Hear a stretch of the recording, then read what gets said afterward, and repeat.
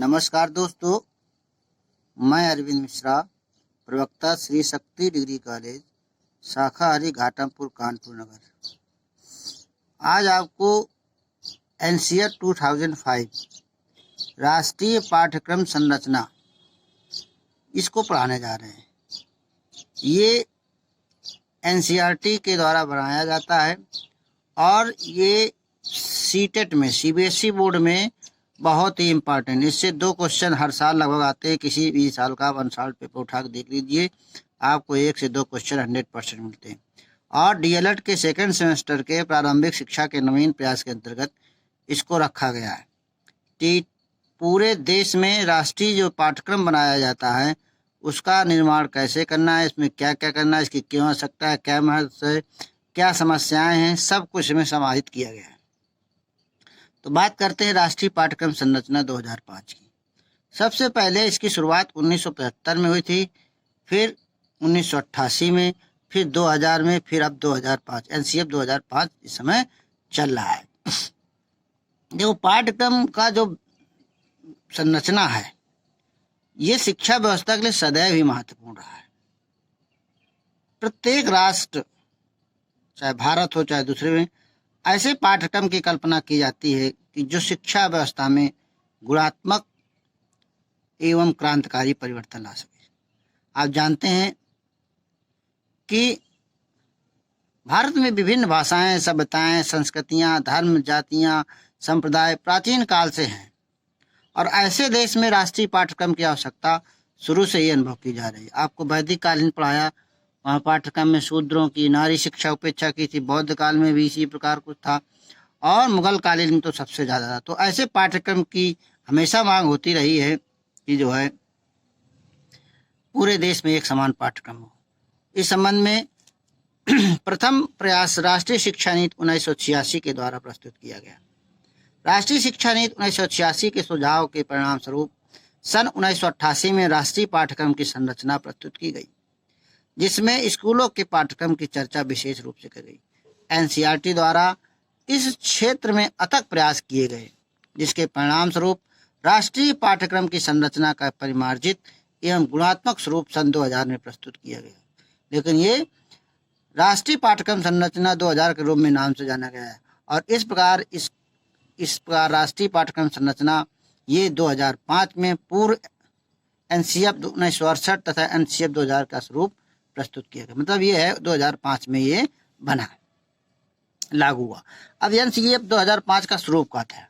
तो एनसीईआरटी का मानना था कि कोई भी पाठ्यक्रम पूर्ण एवं निश्चित नहीं होता है, अर्थात समय परिवर्तन के साथ पाठ्यक्रम परिवर्तन किए जाने चाहिए। जैसे पुराने जमाने से जो पढ़ रहे हैं, क्या वो इस समय लागू है? इस समय नहीं था। तो हमेशा पाठ्यक्रम सदैव कागज विकासात्मक प्रक्रिया में रहता है, हमेशा उसका विकास होता रहता है। पाठ्यक्रम हमेशा चेंज होते रहना चाहिए। नई व्यवस्था समय के अनुसार, प्रयोजनवाद के अनुसार, भौतिकवाद के अनुसार जैसा पाठ्यक्रम जैसा समय हो उसी प्रकार पाठ्यक्रम बनाया जाए। इस अवधारणा के कार्यों में परिवर्तित करते हुए तत्कालीन एनसीईआरटी के अध्यक्ष ने एनसीएफ 2005 को प्रस्तुत किया। राष्ट्रीय पाठ्यक्रम संरचना 2005 में पुराने विषयों को परिमार्जित कर नवीन विषयों का समावेश किया गया। एनसीएफ 2005 में समाहित बिंदु इस प्रकार हैं। जैसे पहला एक क्या है कि बोझ के बिना सीखने की प्रक्रिया का समावेश। बोझ मतलब इस प्रकार से कहा गया कि जिसमें छात्र अध्ययन कार्य को बोझ न समझे और प्रत्येक स्तर में उनके प्रति जो है सभी लोग उदासीन न होकर छात्र रुचि प्रदर्शित करें, चाहे प्राथमिक स्तर हो, पूर्व माध्यमिक स्तर हो, माध्यमिक स्तर हो। तो इस प्रकार पाठ्यक्रम को निर्धारित किया जाए कि छात्र इस प्रकार पाठ को बोझ न समझें। दूसरी बात है भाषा शिक्षा का समावेश हो। इसमें कहा गया कि भाषाई शिक्षा की दृष्टि से पाठ्यक्रम में समन्वित रूप प्रस्तुत किया जाए। मातृभाषा, राष्ट्रीय भाषा एवं विदेशी भाषाओं को उनकी आवश्यकता के अनुसार महत्व प्रदान किया गया है। पूर्व प्राथमिक स्तर में अनुदेशन की भाषा को मातृभाषा के रूप में स्वीकार किया गया है, अर्थात मातृभाषा में शिक्षा होना चाहिए। यहाँ पर त्रिभाषा सूत्र आपको याद होगा। त्रिभाषा सूत्र इसमें एक मातृभाषा, एक देशी भाषा और एक विदेशी भाषा, जैसे हिंदी और अंग्रेजी के अलावा जो क्षेत्रीय भाषा हो उसका समावेश किया जाए, उसे त्रिभाषा सूत्र कहते हैं। तीसरी बात है अनुदेशन का माध्यम मातृभाषा में हो। अनुदेशन मतलब जो पढ़ाई का तरीका हो मातृभाषा में, बालकों को मातृभाषा में पढ़ाया जाए। कम से कम 2 वर्ष शिक्षा में 2 वर्ष तक हो और इसके बाद आवश्यकता अनुसार अन्य भाषाओं का चयन किया जाए। अर्थात बालकों, छोटे बालकों को सबसे पहले उनकी मातृभाषा में पढ़ाएं, वो क्या पढ़ना चाहते हैं। दूसरी भाषा में वो जान नहीं पाएंगे, गांव की भाषा में, क्षेत्रीय भाषा में, जो उनकी मातृभाषा हो उसी से अनुदेशन दिया जाए। चौथी बात है कि सामान्य विद्यालयों की स्कूलों की स्थापना, जनरल स्कूल जैसे सरकारी स्कूल हैं, तो इस पाठ्यक्रम को क्रियान्वित करने के लिए सामान्य विद्यालयों की व्यवस्था करनी चाहिए, जो कि एक नियम, एक रूप, एक व्यवस्था पर आधारित है। विद्यालय का समान स्वरूप ही राष्ट्रीय पाठ्यक्रम का उचित माध्यम है। इस प्रकार विद्यालयों की समानता पर विशेष बल दिया गया है।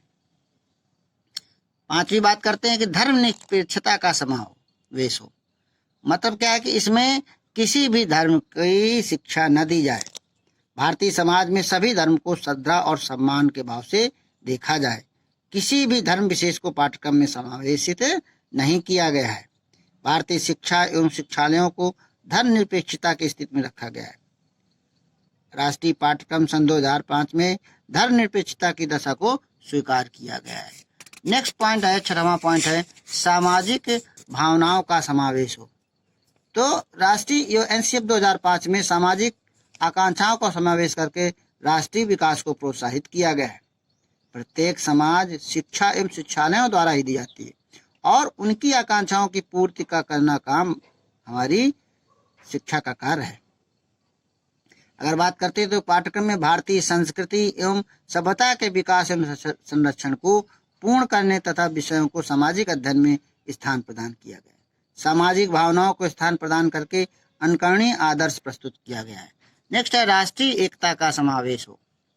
राष्ट्रीय एकता की बात करते हैं तो जानते हैं कि हमारा देश शुरू से ही राष्ट्रीय एकता के हर संभव को प्रयास करता रहा है। राष्ट्रीय एकता, अखंडता प्रत्येक व्यक्ति से महत्वपूर्ण स्थान रखती है। इसके अभाव में राष्ट्र का उत्थान और विकास नहीं होता है। तो राष्ट्रीय एकता के विषयों को प्राथमिक स्तर से स्थान दिया जाता है, जिसको हमारा परिवेश, हमारा समाज नामक विषयों में पूर्ण स्थान। आपने पढ़ा होगा हमारा परिवेश, हमारा समाज, तो इसमें राष्ट्रीय एकता, अखंडता, तमाम सारी बातें की जाती है। नेक्स्ट है रुचिपूर्ण शिक्षा की व्यवस्था। इसमें क्या है कि छात्रों को ऐसा पाठ्यक्रम बनाया जाए कि निरस्ता की भावना ना हो। प्राथमिक स्तर पर जैसे आपने सुना हो कि बड़े कहानी और गीतों के माध्यम से पाठ पढ़ाया जाता है। जैसे दही बड़े की कविता आपने सुना होगी, अक्षर ज्ञान की कविता है, तमाम सारी ऐसी कविताएं हैं, प्रत्यक्ष उदाहरण आदि इसमें सम्मिलित है। तो छात्रों की रुचिपूर्ण शिक्षक व्यवस्था हो। और 9वां पॉइंट है छात्रों का स्वतंत्र विकास। इसमें कहा गया है कि छात्रों को परीक्षा के बगैर बोझ से मुक्त करते हुए मासिक परीक्षा और सत्र परीक्षा का प्रावधान किया गया है। छात्र को परीक्षा देने में रुचि विकसित होती है। तो इस प्रकार से पाठ्यक्रम तैयार किया गया है कि छात्रों का मानसिक रूप से उनको शिक्षा बोझ न लगे और प्राकृतिक और स्वाभाविक रूप से शिक्षा व्यवस्था की गई है इसमें। नेक्स्ट है शिक्षक सशक्तिकरण का समय। ये बहुत अच्छा पॉइंट है कि अगर शिक्षक की स्थिति सुदृढ़ होगी तभी जो है हमारा देश अच्छा होगा। शिक्षण कार्य प्रभावी और रुचिपूर्ण होता है। अगर शिक्षक की वो आधारशिला है, अर्थात शिक्षण व्यवस्था को विकसित एवं प्रभावी आधार प्रदान करना चाहिए। शिक्षक को आत्मविश्वास से पूर्ण करने की ओर इस पाठ्यक्रम में व्यवस्था की गई है। शिक्षक के द्वारा ही इस पाठ्यक्रम को उचित प्रकार से क्रियान्वित किया जा सकता है, इसलिए पाठ्यक्रम में शिक्षक प्रतिनिधियों को सहयोग लिया गया है। नेक्स्ट है अभिभावकों की सहभागिता। अभिभावकों की इच्छा जानना। जैसे कि आप लोग जानते हैं कि सरकारी स्कूलों में अभिभावक नहीं पढ़ाना चाहता है। क्यों नहीं पढ़ाना चाहता है? क्योंकि कहता है कि वहाँ अंग्रेजी नहीं पढ़ाई जाती। तो पाठ्यक्रम का निर्माण करते समय अभिभावकों की इच्छाओं का भी ध्यान रखा गया है। जैसे प्राथमिक स्तर पर अब अंग्रेजी पढ़ाई जाने लगी है। अभिभावकों की इच्छा होती है कि उनका बालक भी पब्लिक स्कूलों की बात ही अंग्रेजी बोल ले, अंग्रेजी में कहीं कमजोर न रह जाए। इसलिए ऐसे तथ्यों का समावेश किया गया जो अभिभावकों की इच्छा को समावेशित करता है। नेक्स्ट है पूर्व कार्यक्रम का समावेश। जैसे 1988, 2000 और बिना बोझ की शिक्षा 1993 में बनाए थे। तो उसमें जो पुराने कार्यक्रम हैं उनको भी इसमें समावेश किया गया। उनके भी जो अच्छे अच्छे पॉइंट्स हैं उनको भी इसमें लिया गया है। न जिससे शिक्षक, छात्र, अभिभावक को पूर्ण संतोष प्रदान हो। नेक्स्ट है कक्षा कक्ष व्यवस्था पर विचार। इसमें क्या है कि जैसे मातृभाषा को शिक्षण माध्यम की समस्या पर विचार करते हुए किसी विद्यालय में भोजपुरी, असमी, पंजाबी, उर्दू भाषा के विद्यार्थी अध्ययन कर रहे हैं, तो इस स्तर पर किस प्रकार शिक्षकों की व्यवस्था हुई, किस प्रकार एक शिक्षक विभिन्न प्रकार की मातृभाषा वाले छात्रों का शिक्षण करेगा। तो प्रत्येक पक्ष के सकारात्मक एवं नकारात्मक बिंदुओं पर ध्यान दिया गया है। और नेक्स्ट है वित्तीय एवं मानवीय स्रोतों पर विचार। तो इसमें क्या है कि पाठ्यक्रम में वित्तीय मानवीय स्रोतों की उपलब्धता पर पूर्ण विचार किया गया है। भारतीय परिस्थितियों को ध्यान में रखकर ये पाठ्यक्रम निर्माण किया गया है कि पाठ्यक्रम के क्रियान्वयन में वित्तीय एवं मानवीय स्रोतों की प्रचुरता होनी चाहिए। और नेक्स्ट है मानवीय मूल्यों का समावेश। तो भारतीय संस्कृति में मानवता, नैतिकता का महत्वपूर्ण स्थान है। भारतीय शिक्षा के पाठ्यक्रम में मानवीय मूल्यों का समावेश होना चाहिए। इस दर्शन को प्राथमिक स्तर से ही पाठ्यक्रम में सम्मिलित किया गया है। जैसे कहानी के माध्यम से, नैतिक शिक्षा के माध्यम से मानवीय मूल्यों को दर्शाया जाता है। मानवीय मूल्य का विकास उच्च माध्यमिक स्तर के पाठ्यक्रम तक चलता रहता है। तो यहाँ पर मानवीय मूल्यों का भी समावेश। और नेक्स्ट है पूर्व कार्यक्रमों की असफलता पर विचार किया गया है। बहुत से ऐसे पुराने कार्यक्रम जैसे हुए तो उनमें क्या हुआ, लोग कह देते हैं अरे सब चीज ठंडे बस्ते में डाल दी गई है ना, ये सब कागजी कार्रवाई हो रही। तो इन सभी बातों को ध्यान में रखा गया कि ये एनसीएफ 2005 पुराना मतलब ठंडे बस्ते में न चला जाए, तो कागजी कार्रवाई ही न रह जाए। तो इन बिंदुओं में विचार करते हुए पाठ्यक्रम का स्वरूप प्रस्तुत किया गया है जिससे इसे प्रभावी रूप से क्रियान्वित किया जा सके। तो इस प्रकार एनसीईआरटी द्वारा एनसीएफ 2005 को बनाने में पूर्णतः सावधानी का प्रयोग किया गया है। इसे उन सभी तथ्यों को दूर किया गया जिनके कारण पाठ्यक्रम से बाधा उत्पन्न होती है।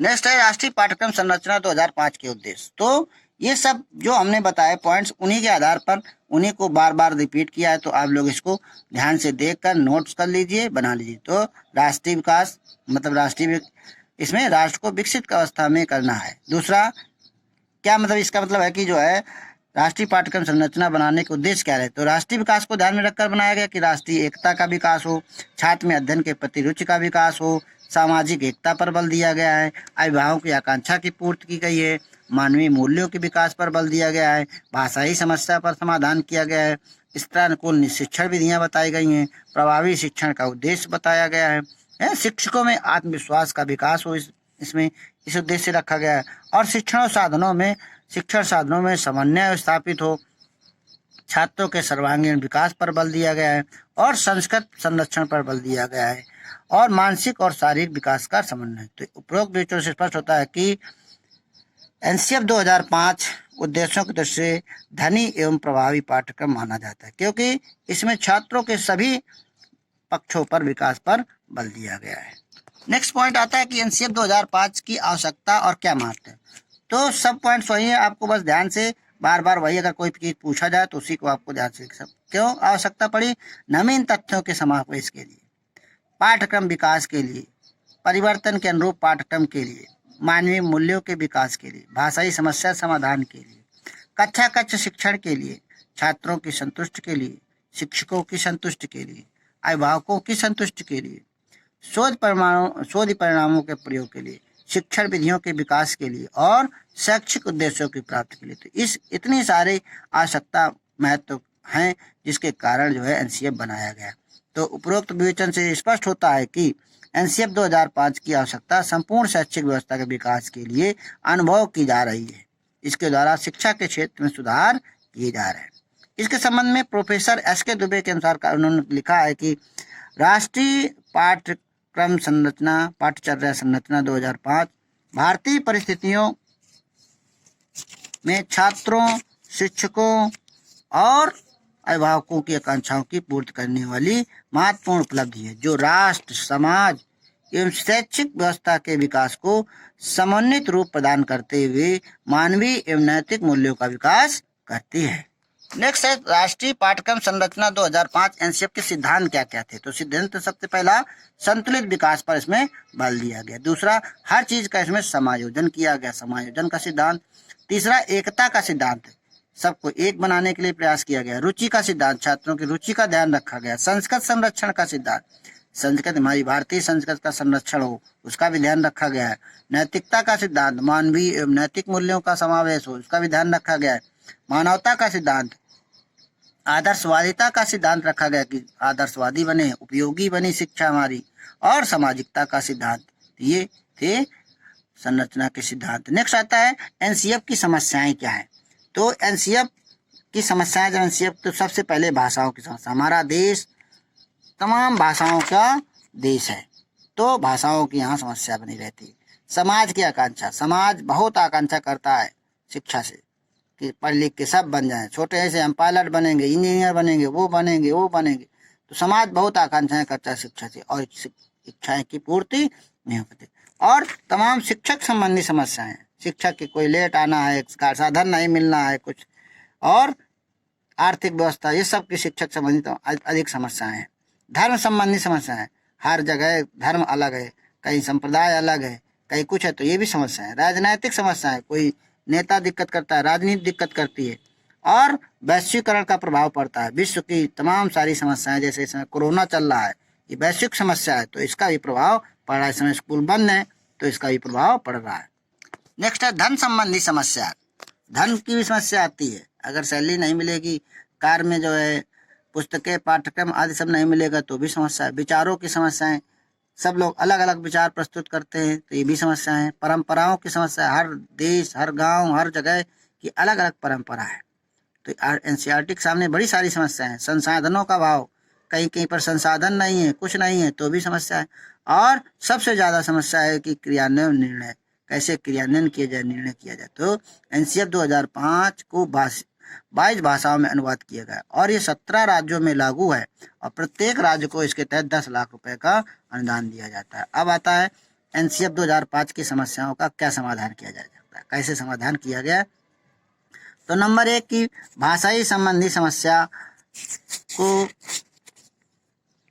समाधान के लिए कोई एक सूत्री व्यवस्था को निरूपित करना चाहिए, जिससे किसी को भी कोई आपत्ति ना हो।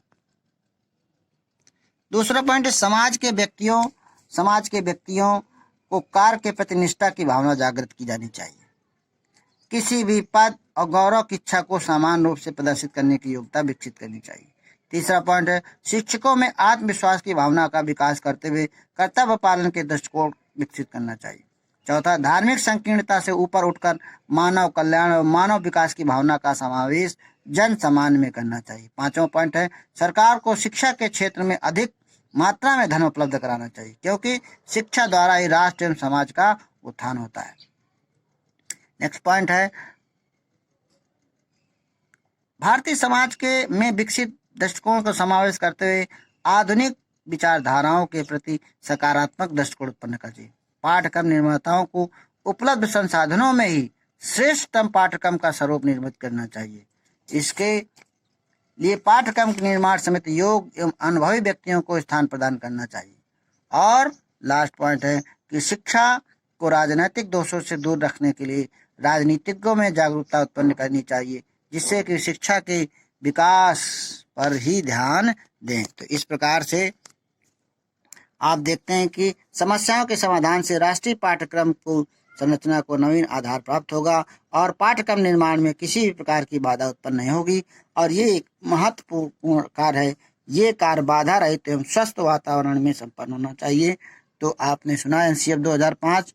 2 क्वेश्चन केवल बताइए कि एनसीएफ का पूरा नाम लिख दीजिए हमारे कमेंट्स बॉक्स में, और एनसीएफ का संचालन कौन सा गवर्निंग बॉडी करता है, और प्रत्येक राज्य को कितना अनुदान की बात की गई है। तो इस प्रकार आपने बहुत सुना, लंबा वीडियो हो गया, मैंने सुनिए 2-3 बार। बहुत इंपॉर्टेंट टॉपिक्स है, सभी शिक्षकों के लिए है। बहुत बहुत धन्यवाद, नमस्कार।